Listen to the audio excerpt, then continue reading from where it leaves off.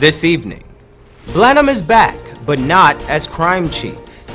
Overseas-based Guyanese killed in a parking dispute. Barbatians discuss Budget 2018. In the region, Barbados celebrates its 51st independence anniversary. And internationally, the twins famous for suing Mark Zuckerberg over Facebook are now the world's first Bitcoin billionaires.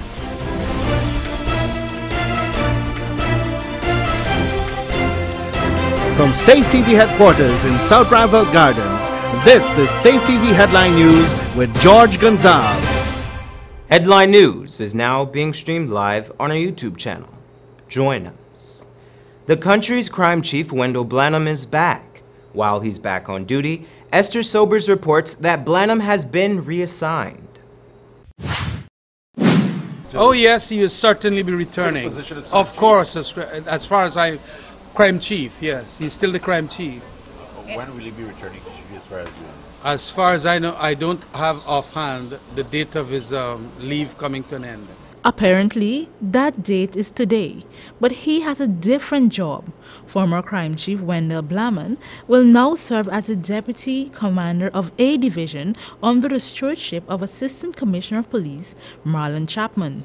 Blenheim was sent on leave after testifying during the Commission of Inquiry on the plot to assassinate President David Granger. The COI accused Blenheim of having poor leadership skills and questioned his role in the success of crimes he solved as the head of Criminal Investigation Department. The COI has recommended that Blenheim be removed from the CID for his failure to properly supervise investigations into the alleged plot to assassinate the president. The COI also recommended that the Commissioner of Police, Silal Prasad, be removed as the Commissioner of Police. Silal, unlike Blenheim, was scheduled to return to work after his leave. However, he was sent on further leave by the Public Security Minister, Kemraj Ramjatan, a charge President David Granger vehemently denies as being unusual. We said let him take his leave, and then at the end of that leave, we will decide how we go forward. But right now, there is nothing abnormal or irregular about Mr. Prasad's going on leave. The leave is due to him. He's not been sent on administrative leave. He's enjoying vacation leave to which he's entitled. For Channel 2 Headline News, I'm Esther Sobers. Thanks, Esther. A New York-based Guyanese man was killed and 6 others severely injured after intervening during a parking dispute. New York City police took a Queens man into custody for the rampage. This after he went to the same hospital as one of the victims and the injured man pointed him out to police. Early Monday morning, Queens resident Adrian Harry was charged with murder, assault, and reckless endangerment. The dead man has been identified as Guyanese native Ricardo Chattergoon. According to reports, the fracas started at around 4:30 a.m. on Liberty Avenue near 127th Street in Richmond Hill, Queens, when Harry allegedly scraped a parked BMW while trying to parallel park his white Hyundai Sonata. NYPD Deputy Chief David Barrere gave details at a Sunday morning press conference at the scene. The driver of a white Hyundai sedan exited the vehicle and stabbed 2 individuals. Both of those individuals were stabbed in the torso. During the ensuing dispute involving a group of people who were located outside of the club, the white Hyundai sedan then drove from the scene and mounted the sidewalk at 128th Street. 6 individuals were struck by the vehicle, resulting in 1 fatality. All the other victims were hospitalized, 1 being listed in critical condition at this time. At this point, 1 individual, believed to be the occupant of that white Hyundai sedan, is in custody. Harry had stabbed the 2 men in the BMW. It was at this point several bystanders, including Chattergoon, came to intervene. Surveillance footage at the nearby deli reveals that Harry got back into his car and ran over 6 of the persons who had intervened, Chattergoon included. He was declared dead at the scene while the victims were taken to Jamaica Hospital. The suspect was apprehended at the same hospital hours later after seeking treatment for a wounded hand. Chattergoon had migrated to the United States from Guyana about 18 months ago and lived in Far Rockaway with his family. The ongoing Guyana-Venezuela border controversy may soon come to a close. Esther Sobers tells us that Foreign Affairs Minister Carl Greenidge had a few words to say on the issue. On Sunday, Minister of Foreign Affairs Carl Greenidge held a series of outreach sessions in Region 6. Several topics were discussed, but the main topic on the minds of the residents of New Amsterdam and Kriveton was the ongoing border feud with Venezuela. That is our number one priority, because without a border, without a country, there is no point in having either a prime minister, a vice president, or a minister of foreign affairs.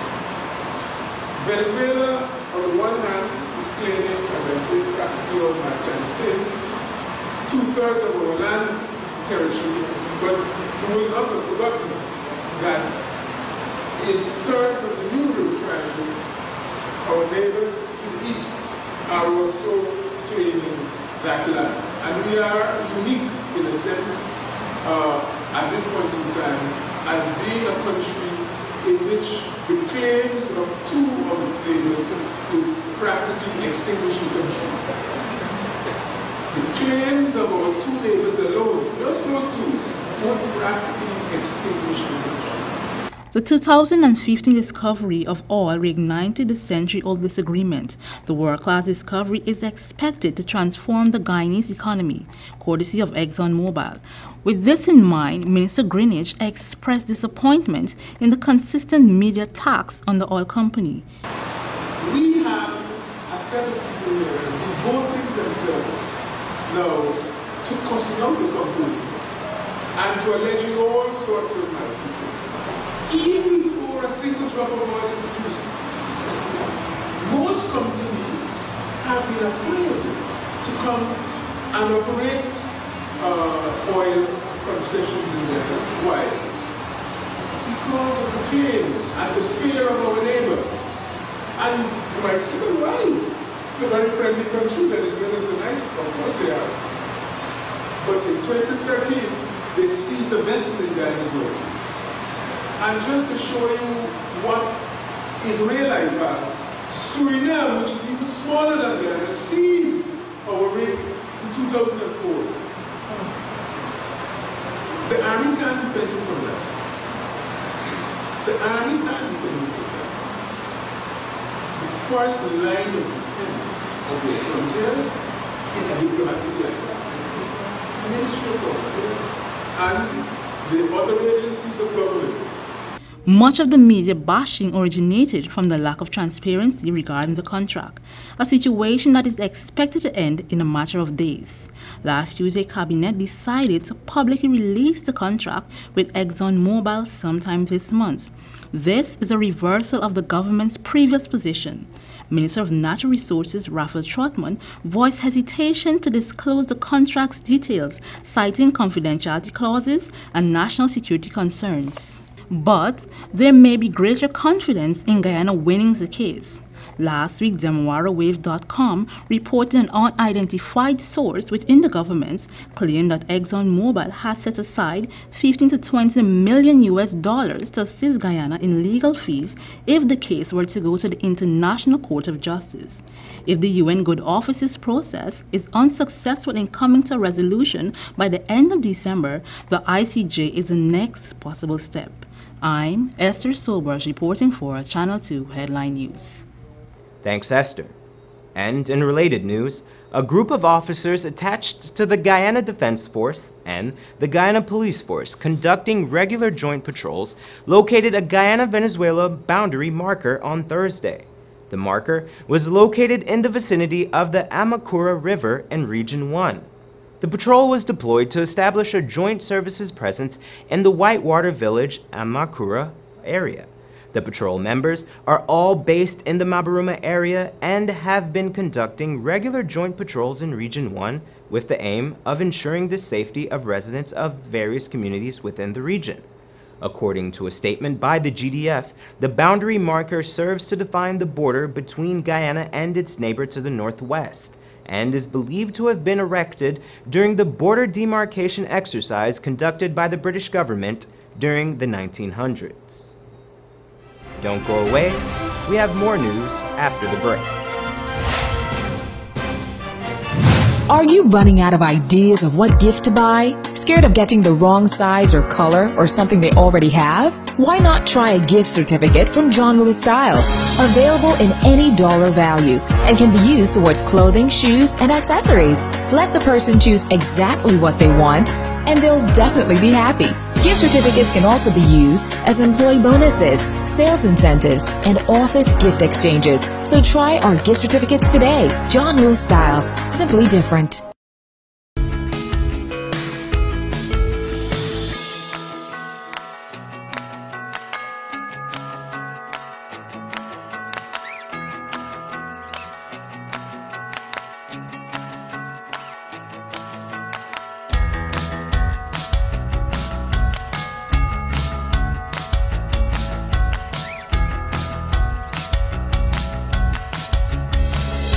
Season's greetings from Kisul's Furniture Store.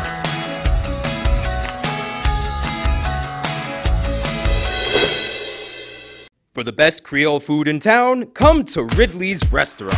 Taste our hot meals, fresh bread, and sweet pastries.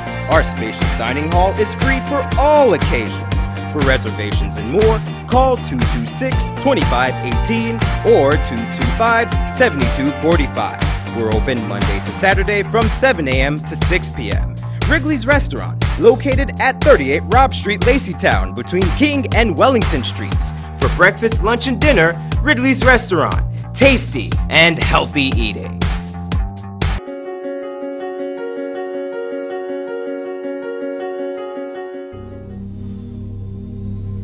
This place is really hot. What's wrong with your AC?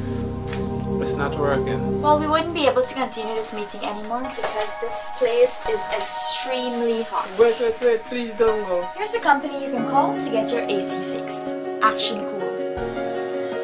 Honey, what's for dinner? I had a hard day.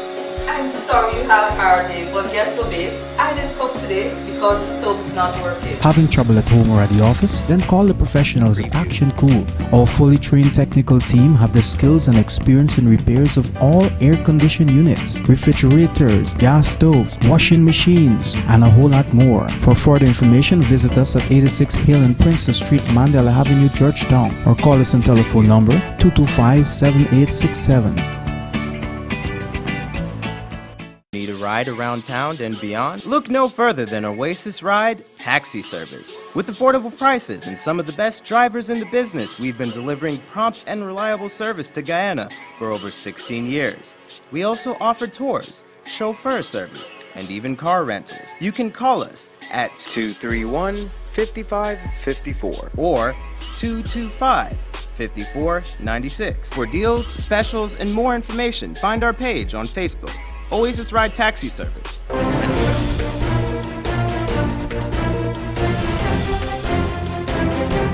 Welcome back. Guyana has found oil, and the other Caribbean states are taking note. On assignment in Barbados, our reporter Wendell Jeffrey asked the Barbadians about the expected shift in the relationship between the residents of the two countries, now that Guyana's economic future is likely to be significantly improved. Wendell Jeffrey reports from Barbados.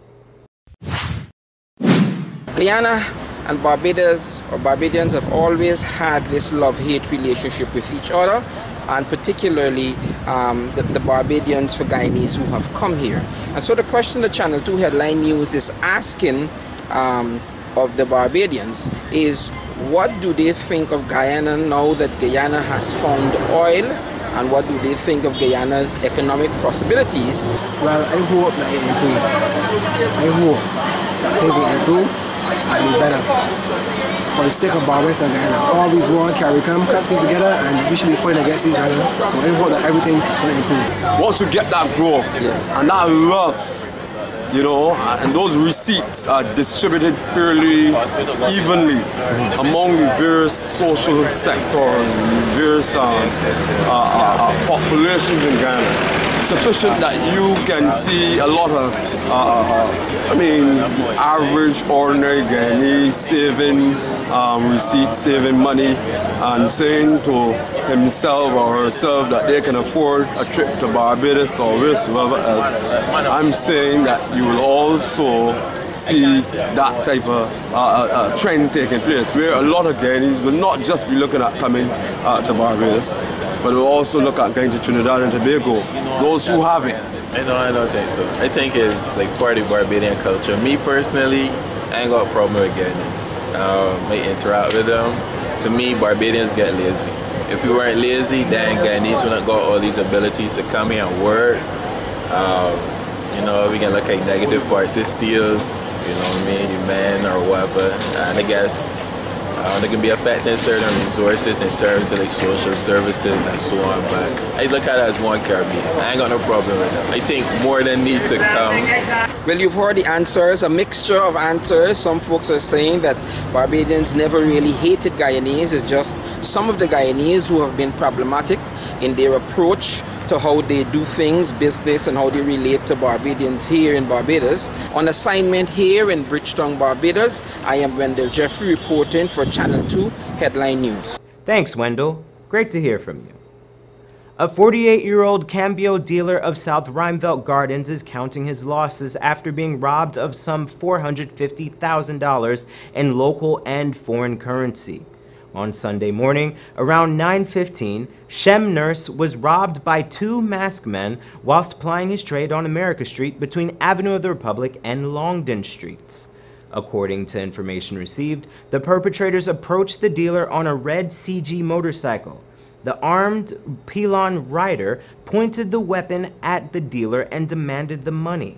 Nurse complied, and the bandits escaped on the motorcycle. An investigation is pending. If you have any information that could lead to the arrest of the two perpetrators, please call the police at 227-4065 or 911. Your assistance is greatly appreciated. New Amsterdam may be far from the capital, but the national budget's implications reach far beyond Georgetown as well. On Sunday, our reporter Esther Sobers went to New Amsterdam in Berbice to ask residents how they feel about next year's budget. Next year's proposed budget is the largest in Guyanese history. The $267.1 billion budget is expected to fund many of the projects slated for 2018. Residents in New Amsterdam offered their opinions on the subject. We don't see no news or something, so we can't see much about the budget. So nobody came and sensitized you about the budget? No. Hear anything about the budget, or I just saw people, you know, saying a few things, but I did not see it by myself to make my own comments about it. So I wasn't able to say anything because I didn't see anything. In the budget that I liked is the reducing for the poor people and also the old age people. Because I am one. And I like to raise the pension because next year I'll be joining pension too. And I like to have at least something to upkeep me that I can go ahead and live on it. And some of the things that they reduce is much better. I don't know what's going to happen next year, if they're going to continue to do the same thing as they do this year. Because, for instance, the people that coming in, some of the duty they drop it. My duty also, I heard about that, and I'm glad about that. Some of the items in the store, the tax-free, and I also glad about that. So most of the things, the budget, it's not raised, it dropped, and I'm glad about it. The opinions of those surveyed varied. A common theme among many was the limited knowledge of the details of the budget, but several residents took pleasures in the absence of no new added taxes. Some expressed sentiments of relief following the removal of VAT on educational services, while others still voiced their opinion that the budget does very little to improve their current condition. For Channel 2 Headline News, I'm Esther Sobers. Thanks, Esther. Don't go away. Still ahead, we have our regional news, our international news, and your 7-day weather forecast. Stay with us.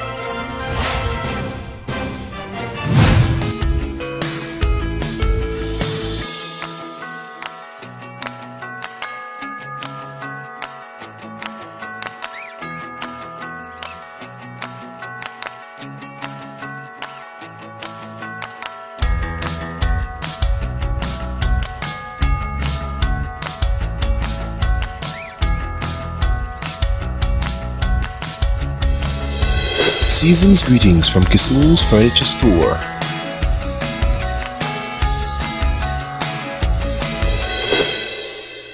For the best Creole food in town, come to Ridley's Restaurant. Taste our hot meals, fresh bread, and sweet pastries. Our spacious dining hall is free for all occasions. For reservations and more, call 226-2518 or 225-7245. We're open Monday to Saturday from 7 a.m. to 6 p.m. Wrigley's Restaurant, located at 38 Robb Street, Laceytown, between King and Wellington Streets. For breakfast, lunch, and dinner, Ridley's Restaurant. Tasty and healthy eating. Are you running out of ideas of what gift to buy? Scared of getting the wrong size or color or something they already have? Why not try a gift certificate from John Lewis Styles? Available in any dollar value and can be used towards clothing, shoes, and accessories. Let the person choose exactly what they want and they'll definitely be happy. Gift certificates can also be used as employee bonuses, sales incentives, and office gift exchanges. So try our gift certificates today. John Lewis Styles, simply different.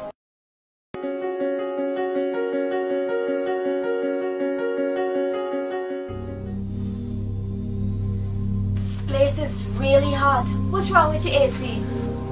It's not working. Well, we wouldn't be able to continue this meeting anymore because this place is extremely hot. Wait, please don't go. Here's a company you can call to get your AC fixed. Action Cool. Honey, what's dinner? I had a hard day. I'm sorry you had a hard day, but guess what, babes? I didn't cook today because the stove is not working. Having trouble at home or at the office? Then call the professionals at Action Cool. Our fully trained technical team have the skills and experience in repairs of all air-conditioned units, refrigerators, gas stoves, washing machines, and a whole lot more. For further information, visit us at 86 Hill and Princess Street, Mandela Avenue, Georgetown, or call us on telephone number 225-7867. Need a ride around town and beyond? Look no further than Oasis Ride Taxi Service. With affordable prices and some of the best drivers in the business, we've been delivering prompt and reliable service to Guyana for over 16 years. We also offer tours, chauffeur service, and even car rentals. You can call us at 231-5554 or 225-5496. For deals, specials, and more information, find our page on Facebook. Oasis Ride Taxi Service. Let's go.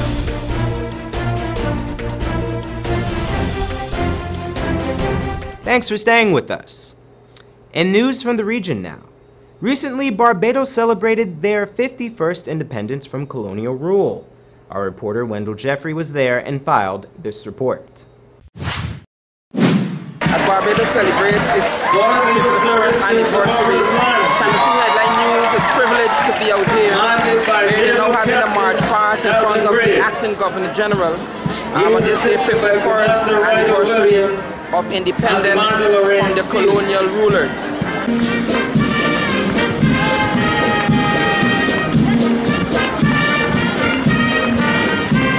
The Barbados State Detachment is commanded by Mr. Darren Roaston. The second in command is Mr. Lord B.T. Herbert. The flag bearer is Everton Jordan. The Mounted Troop Guard Independence Parade is one of their highest honors. And today the troop is proudly wearing the colors of our national flag, which is a switch from the standard red and white uniform. The new uniform is formed from a green one. As part of the effort of members of the troop in preparation for the celebration last year of our 50th anniversary.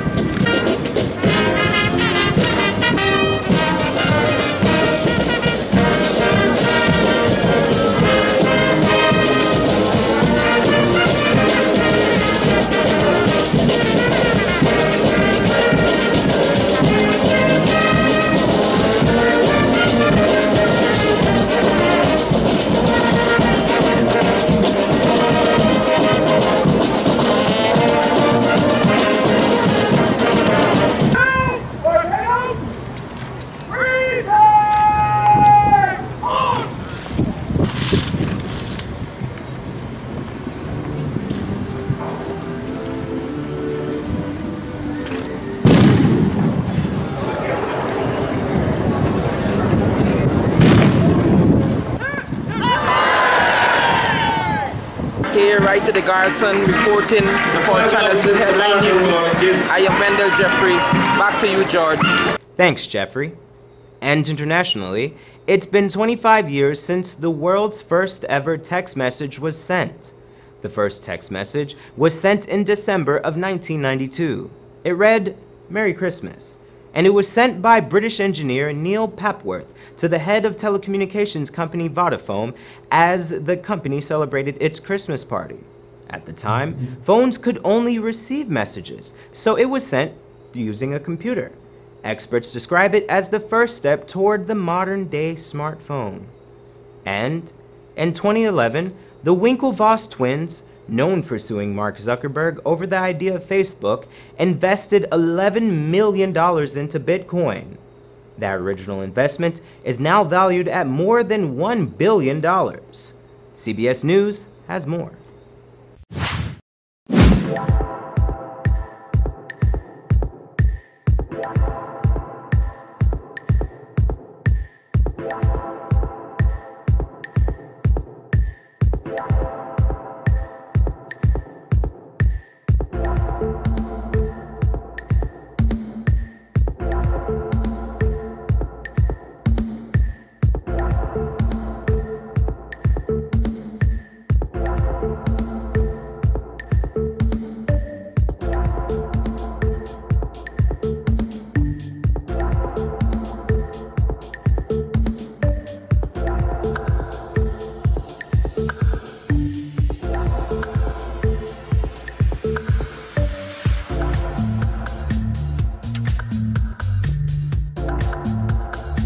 And now for your 7-day weather forecast.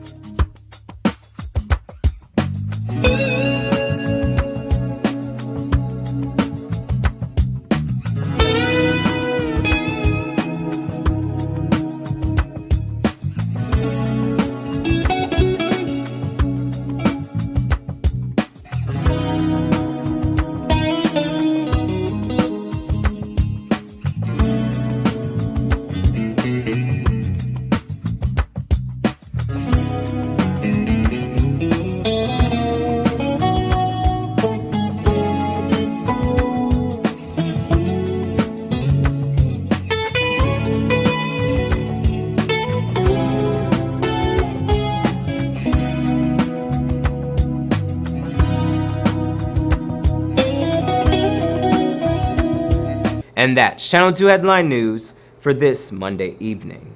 As we take our leave, we invite you to find Channel 2 Headline News on Facebook and YouTube. You can also tune in tomorrow morning at 6:30 for a rebroadcast, and Tuesday evening at 7 o'clock for more news.